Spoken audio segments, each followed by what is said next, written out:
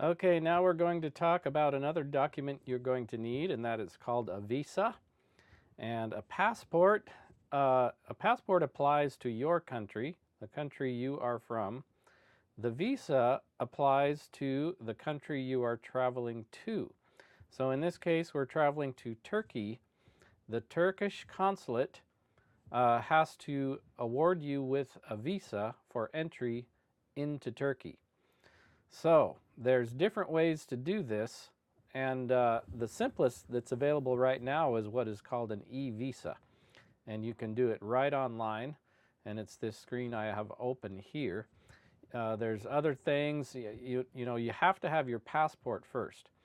So when you apply for this, it's going to ask for your passport information, your passport number, all of that, and you will put that information in the visa application and hopefully be awarded with a visa right away. And this e-visa is so simple. I was almost a little bit skeptical at first. It's got 3 steps here: apply, make payment, and download. And then your visa, mine came in about 5 minutes by PDF. And I can print it off. The fee was $20 plus tax. So that's how simple it is.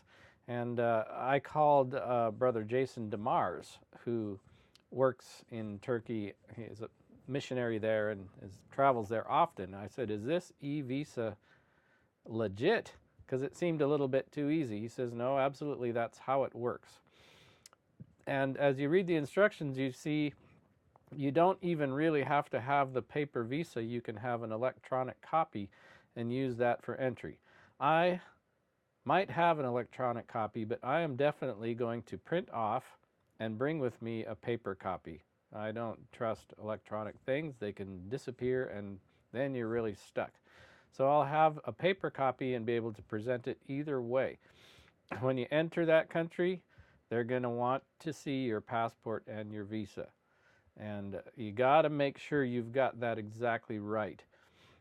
If there's one small difference between the spelling of your name or any information that's on your passport from your visa, if it's a little bit different, your plane's going to land there in Turkey and they're not going to let you in.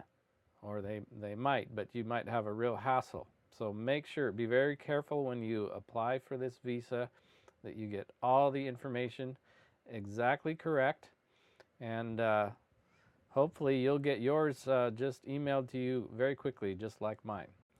Now, when you're going through the application, you're going to see some options for single entry or multiple entry.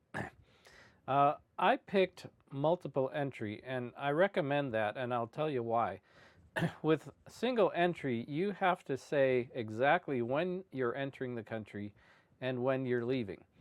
And we have dates that we expect that to happen.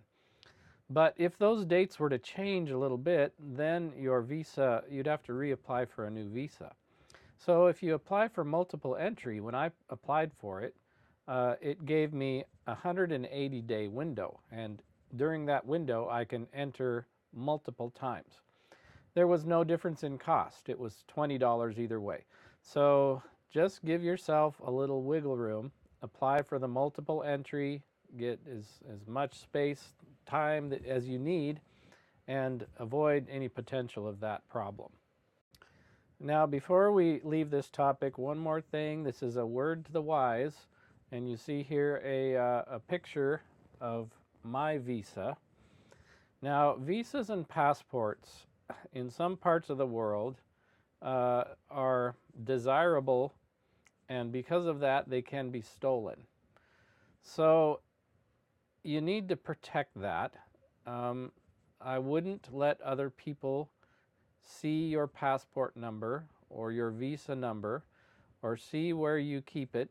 If they have no need to see it, if it's not a government official, then you keep it in a safe place. You keep it where you won't drop it or lose it. You won't keep it where it'll fall out of your purse or your handbag or your pocket. Somebody could pick that up, and then you've got a huge identity problem, and you have to apply for a new visa in a foreign country. I've seen it happen. It happened to a member of my family once, and they couldn't get on their plane to go home because they had to find the United States consulate in that country, explain what happened, and they had to issue them a temporary passport. So be careful with these things. And I know in some countries, they don't even recommend that you carry them around with you. You carry around copies, and you keep the original in your hotel room where it's locked up.